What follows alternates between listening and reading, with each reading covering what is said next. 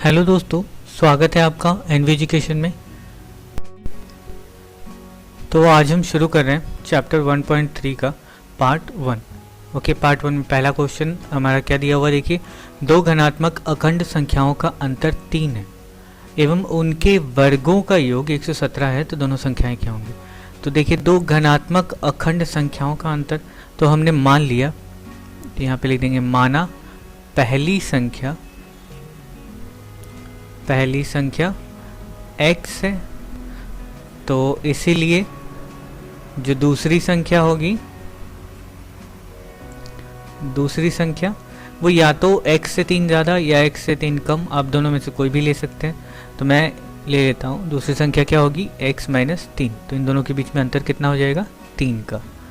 ठीक है, अब क्या लिखा हुआ है, ये तो पहला कंडीशन है, और उनके वर्गों का योग मतलब इसका स्क्वायर और इसका स्क्वायर प्लस दोनों का हो जाएगा 117। यानी हम अब लिख देंगे अकॉर्डिंग टू प्रॉब्लम, क्या लिखेंगे, उनके वर्गों का योग, तो x square plus x minus 3 whole square equal to 117।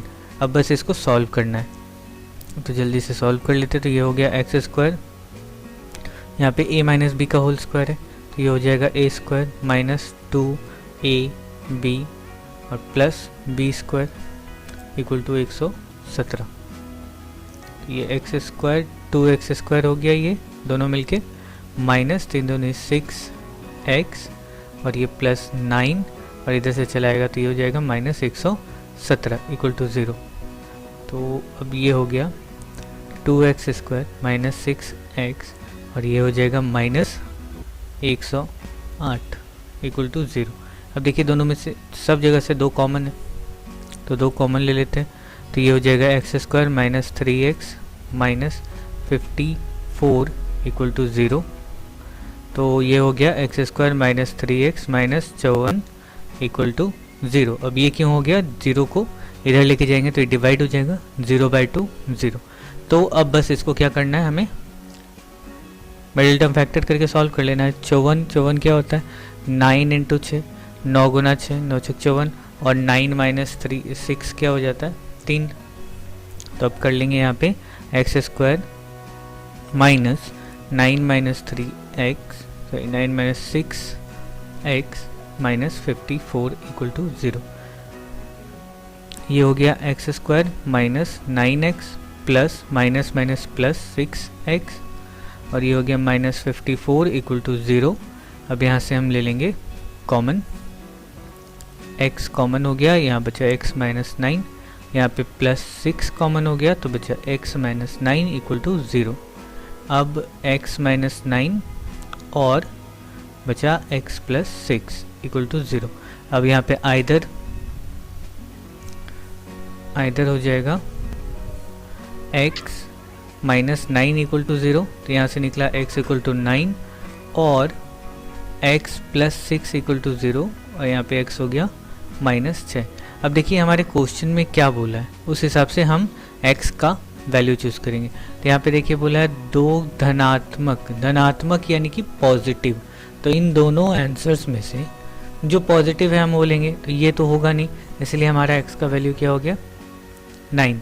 तो हमारी जो पहली संख्या है, जो पहली संख्या होगी वो होगी 9 और दूसरी संख्या जो होगी वो होगी x माइनस 3 यानी कि 9 माइनस 3 दैट मीन्स 6। तो हमारे ये एक आंसर हो गया और ये एक आंसर हो गया।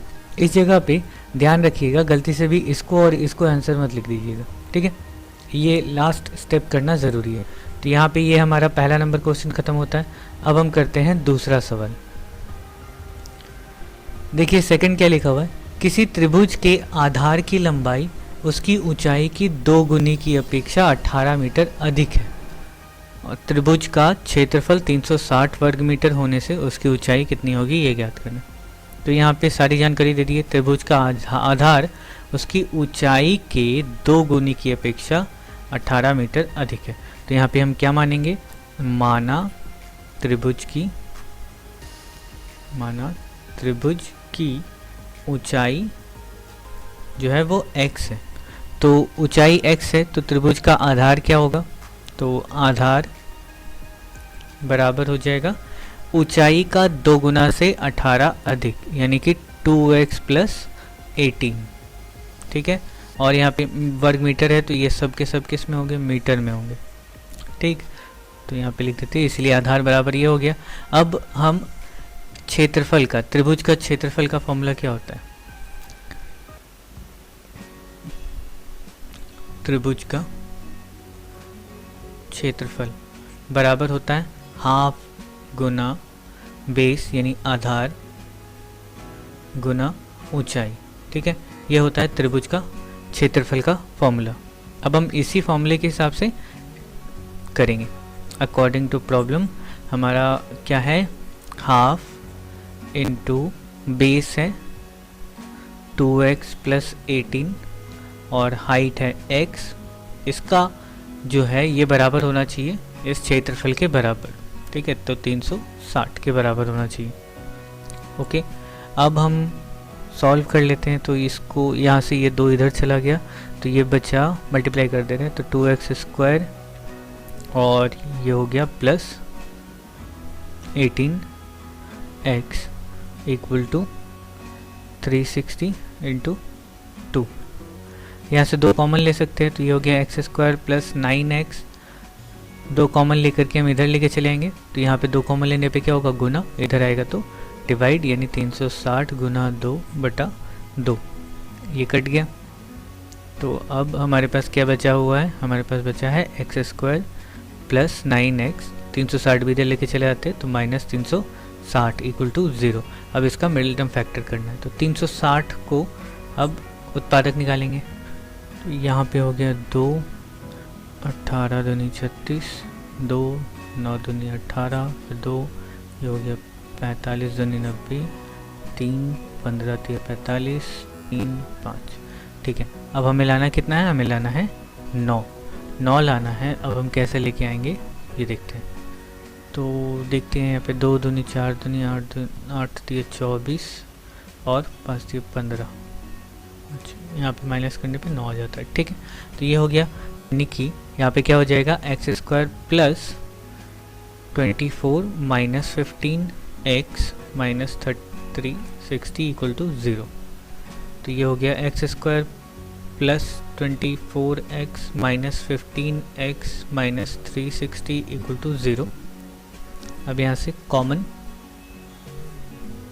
x कॉमन, तो ये बचेगा x प्लस 24, यहाँ पर से माइनस क्या कॉमन ले सकते हैं, 15 अगर कॉमन लेंगे 360 में से तो बचेगा क्या, 24, ठीक है। तो 15 कॉमन ले लेते हैं तो बचेगा क्या, x प्लस 24 इक्वल टू 0। अब यहाँ पे माइनस कॉमन लिए तो ये जो माइनस 360 है ये क्या हो जाएगा, प्लस हो जाएगा, ओके। अब इसमें से क्या कॉमन जा रहा है, x प्लस 24 और बचा क्या, x माइनस 15 इक्वल टू 0। अब यहाँ से करते हैं आइदर और, either x plus 24 equal to 0 और यहाँ से क्या हो जाएगा, x बराबर माइनस 24। अब और में x माइनस 15 इक्वल टू 0, तो यहाँ से x बराबर हो जाएगा 15, ठीक है। तो अब हमें आंसर कौन सा लेना है ये डिपेंड करता है।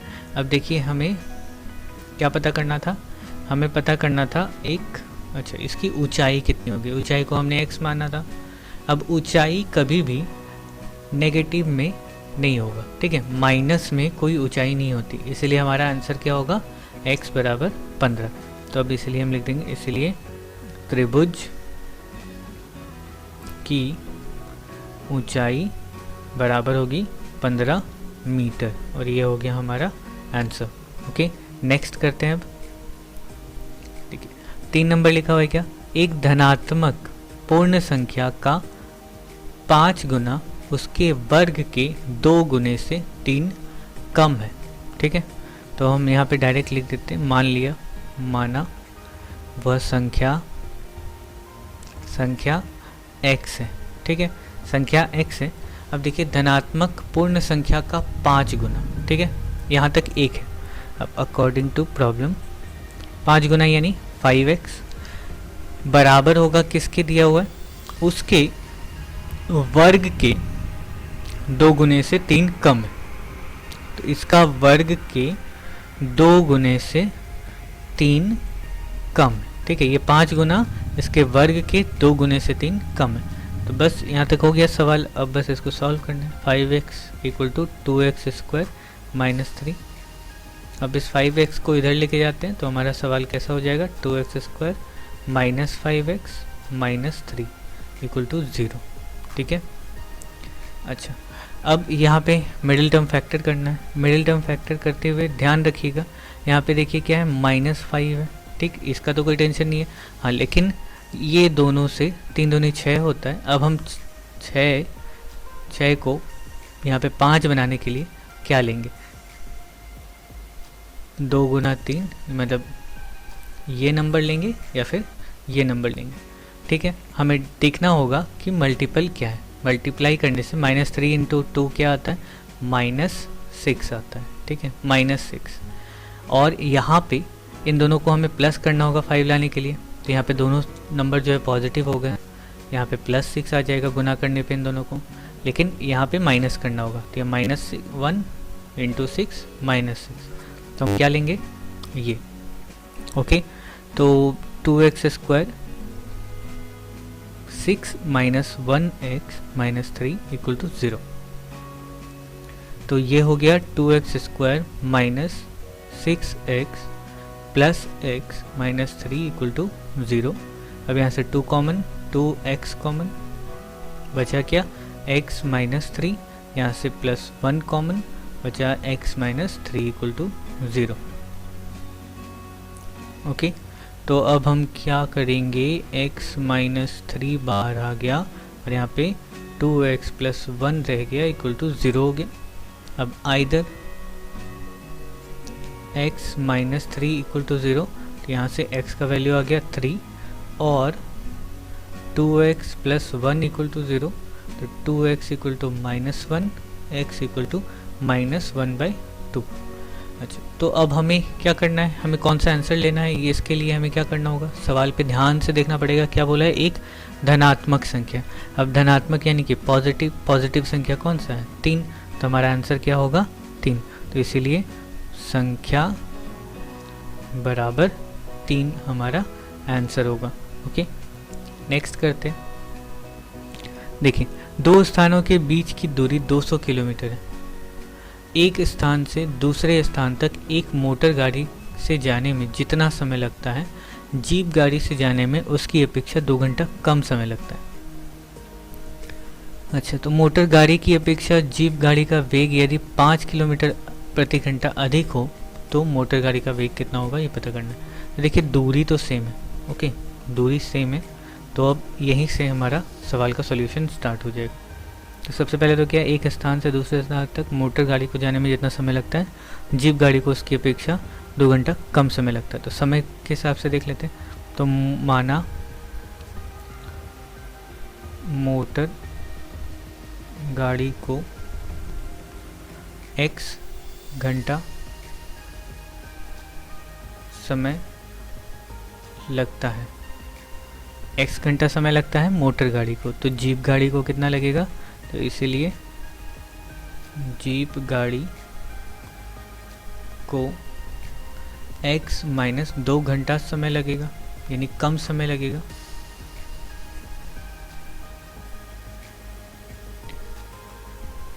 ओके, अब यहाँ पे देखिए समय इतना है, दूरी दोनों को 200 किलोमीटर जानी है, तो वेग के हिसाब से हम लोग इसको सॉल्व करेंगे। तो अब निकालेंगे यहाँ पे मोटर गाड़ी का वेग। तो मोटर गाड़ी का वेग बराबर क्या होता है, वेग बराबर होता है दूरी बटा समय। ओके, ये होता है वेग का फॉर्मूला। तो यहाँ से वेग बराबर क्या हो गया, दूरी यानी 200 किलोमीटर बटा समय x, ये हो गया किलोमीटर प्रति घंटा। अब ऐसे ही जीप गाड़ी का वेग,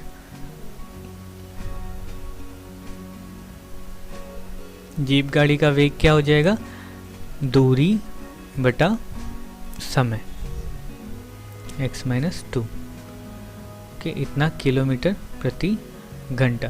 ठीक है, अब देखिए यहाँ पे क्या बोलता है कि जीप गाड़ी का वेग जो है वो 5 किलोमीटर प्रति घंटा अधिक है। ठीक है, जीप गाड़ी का वेग मोटर गाड़ी की अपेक्षा 5 किलोमीटर प्रति घंटा अधिक है। अब यहाँ पे अकॉर्डिंग टू प्रॉब्लम करते हैं। जीप गाड़ी का वेग ये रहा जीप गाड़ी का वेग, ये क्या है, मोटर गाड़ी से 5 किलोमीटर प्रति घंटा अधिक है, यानी 200/x से 5 ज़्यादा है। ठीक है, ये इससे 5 ज़्यादा है। अब जा करके ये दोनों बराबर हो गए। अब बस इस इक्वेशन को सॉल्व करना है। तो यहाँ पे हम करते हैं, तो ये हो गया 200/x माइनस 2, इधर पे x 200 प्लस 5x, अब क्रॉस मल्टीप्लाई, तो ये हो गया 200x और इधर पे 200 प्लस 5x गुना x माइनस 2। ये 200x बराबर यहाँ से 200x यहाँ पे माइनस 400, फिर ये प्लस 5x और ये माइनस x स्क्वायर और ये माइनस 10x। ओके, अब यहाँ पे देखते हैं, ये 200x को इधर लेके चले जाते हैं, तो ये हो गया 200x माइनस 200x बराबर, इसको थोड़ा सा जा लिया हमने, 5x स्क्वायर माइनस 10x और ये माइनस 400। तो ये कट के तो हो गया 0, तो यानी हमारा इक्वेशन क्या आ गया, 5x square minus 10x minus 400 equal to 0। Okay, अब यहाँ पे देखिए सब में से 5 कॉमन है, तो 5 कॉमन निकाल लेते हैं। निकाला तो बचा क्या, ये x स्क्वायर माइनस 2x और ये माइनस 5 × 40 यानी 80 बराबर 0। तो यहाँ से x square minus 2x minus 80 बराबर 0। 5 चला जाएगा 0 के नीचे, तो 0/5 0। अब इसको करेंगे सॉल्व। अब मिडिल टर्म फैक्टर 80 का कितना होता है, 2 से 40, 2 से 20, 2 से 10, 5, ठीक है, 16, 25, 80। तो यहाँ पे क्या हो जाएगा, 2 दूनी 4 दूनी 8 और 5 दूनी 10, ठीक है, 10 माइनस 8 2। ओके, तो ये x square minus 10 minus 8 x minus c equal to 0। X square minus 10x minus minus plus 8x minus 80 बराबर 0। अब यहाँ से कॉमन, तो ये हो गया x माइनस 10, यहाँ से plus 8x minus 10 equal to 0। अब करते हैं आगे, ये हो गया x माइनस 10 और इधर बचा x प्लस 8 बराबर 0। ओके, अब either x minus 10 equal to 0, तो x बराबर 10 और x प्लस 8 बराबर 0, तो x minus x equal to minus 8। अब देखिए x हमने क्या माना था, x हमने माना था समय, समय माना था x, तो समय कभी नेगेटिव नहीं होता, तो समय के लिए क्या हो गया, पॉजिटिव वाला नंबर। अब हमें निकालना क्या है, देखिए यहाँ पे मोटर गाड़ी का वेग कितना होगा, तो यहाँ से मोटर गाड़ी का वेग कितना है, 200/x, तो बस उसको कर लेते हैं। तो अब यहाँ पे क्या होगा, लिख देंगे मोटर गाड़ी को लगा समय बराबर 10 घंटा। तो अब मोटर गाड़ी का वेग, मोटर गाड़ी का वेग बराबर दूरी बटा समय, दूरी है 200, समय है 10 घंटे, तो यहाँ से क्या हो गया 20 किलोमीटर प्रति घंटा इसका वेग हो गया। ठीक है, तो ये हो गया हमारा आंसर। चलिए आज के लिए बस इतना ही, अब बाकी के सवाल को लेकर के मिलेंगे हम लोग अगले वीडियो में। तब तक के लिए बाय बाय, टेक केयर।